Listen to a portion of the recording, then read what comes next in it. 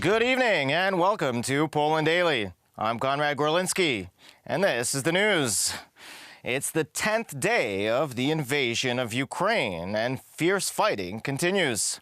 Kiev is preparing for a Russian siege, while in the streets of Russian-occupied cities, there are more and more mass protests by residents.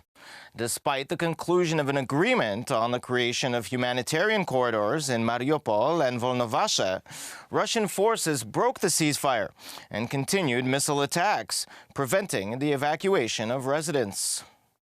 During the Russian-Ukrainian negotiations, an agreement was reached on the provision of humanitarian corridors for the civilian population. In the morning, the Russian Defense Ministry announced a partial ceasefire in Mariupol and Volnovakha. The Russian side announces a ceasefire and the opening of humanitarian corridors to allow civilians to leave Mariupol and Volnovakha. Humanitarian corridors and exit routes have been agreed with the Ukrainian side. The agreement was supposed to start at 8 a.m. Central European Time and last until 3 p.m. However, before noon, the evacuation from Mariupol was interrupted because the Russians violated the agreement and resumed shelling of the city. At 11:45, the Russian Federation began shelling the city of Volnovakha with heavy artillery. From 9 a.m., we had a preliminary agreement to create 2 humanitarian corridors. I can confirm the fact that Russia has breached the agreement mediated by the Red Cross, has failed to fulfill its obligations and is shooting at the city of Volnovakha. Russian soldiers not only try to capture more cities, but also attack civilians. In the village of Bucha, a car was fired upon. A 17-year-old girl died. 4 other people were injured. The Russian occupiers carry out rocket and bomb attacks on critical infrastructure and residential homes, hospitals, kindergartens, and use women, children, and the elderly as human shields. Ukraine will not give up, stresses President Volodymyr Zelensky. The Russian army did not achieve its goals, although it lost almost 10,000 soldiers. This is a terrifying number.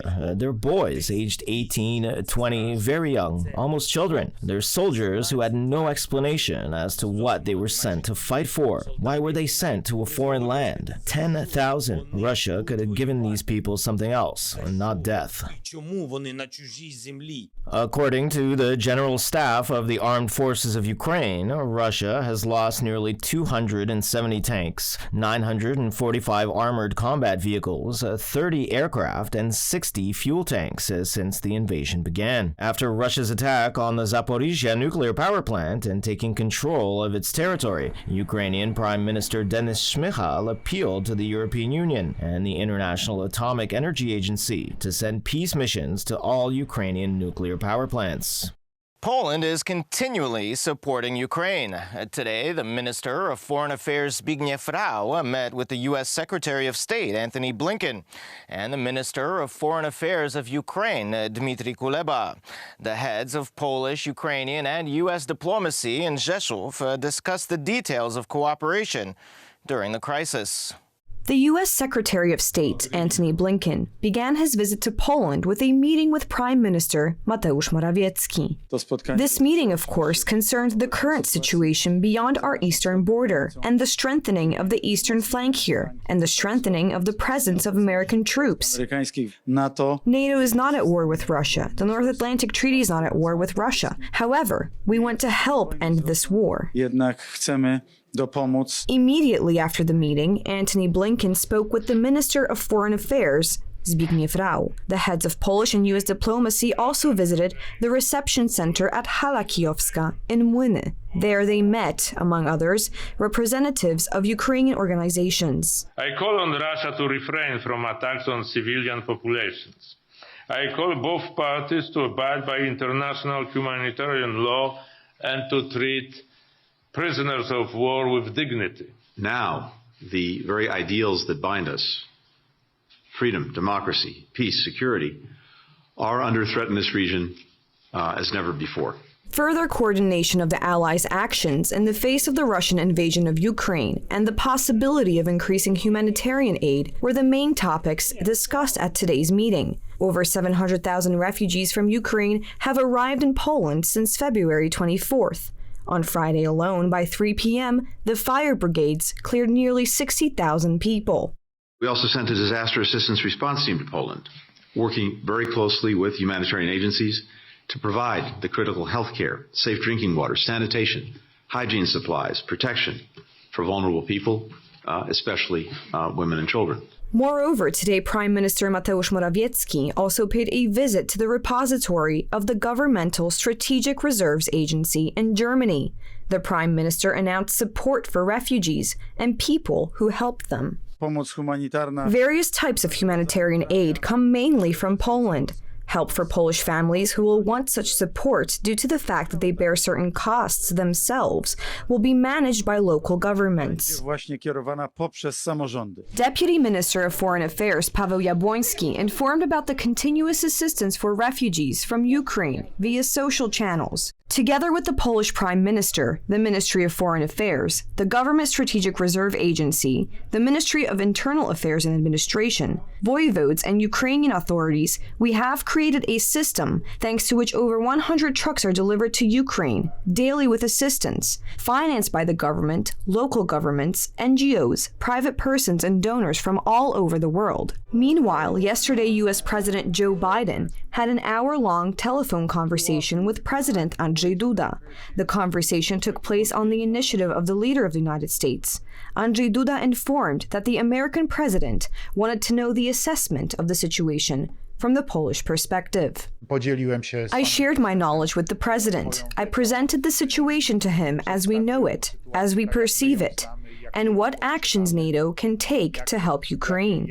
Of course, we are talking primarily about those tasks that are charitable tasks. Mówimy przede wszystkim o tych zadaniach, które są zadaniami charytatywnymi. According to the press office of the White House, U.S. Vice President Kamala Harris will visit Poland in the coming days. During the meeting with the Polish authorities, the U.S. Vice President wants to deepen the close coordination of actions in response to Russia's unjustified invasion of Ukraine. Kamala Harris will visit Poland next week. The visit of the U.S. Vice President will demonstrate the strength and unity of NATO and the U.S. support for the allies of the eastern flank in the face of Russian aggression. At the same time, the government spokesman, Piotr Müller, denied the presence of Polish fighter planes in Ukraine. He stressed that Poland does not carry out military operations on the territory of our eastern neighbor.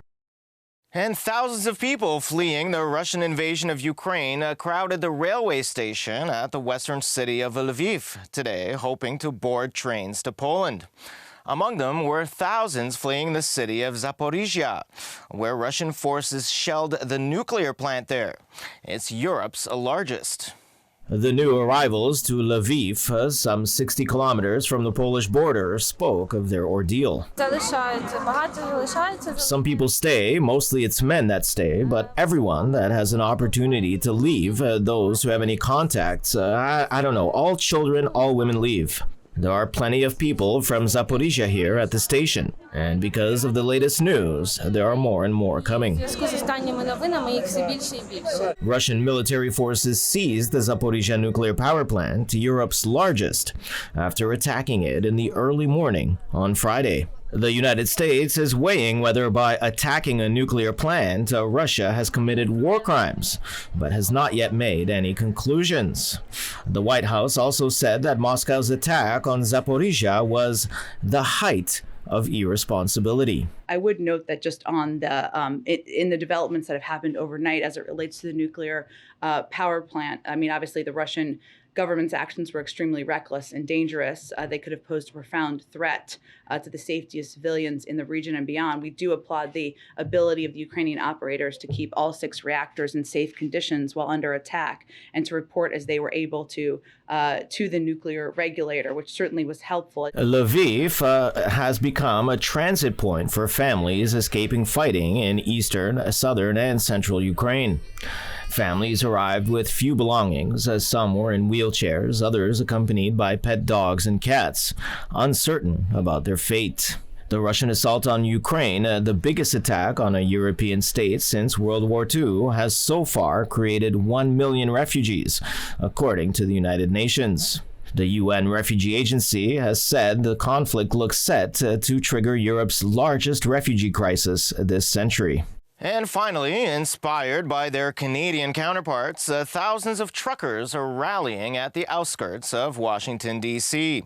They started arriving late last night and into the morning. The People's Convoy has arrived for its final leg in their journey. The convoy began arriving at the rally site at 5 p.m. Friday afternoon and continued to arrive in a steady stream of cars and 18-wheelers through 9 p.m. Friday night. The group began its cross-county trek in Adelanto, California on February 23rd, saying they are protesting mask mandates and want their voice heard in the nation's capital. This whole situation in the last 2 years, has affected me in every aspect of my life in a negative way.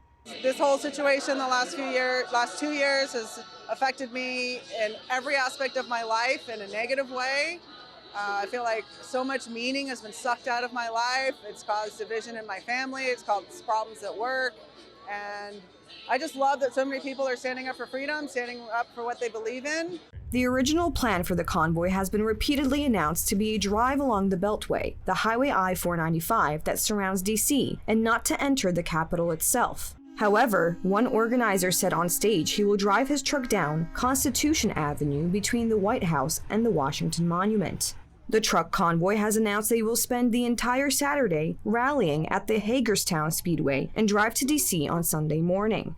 Thanks for joining us this evening. Please stay with us for Poland Daily Weather, Poland Daily Business, and other programs. But for me, it's have a wonderful Saturday night.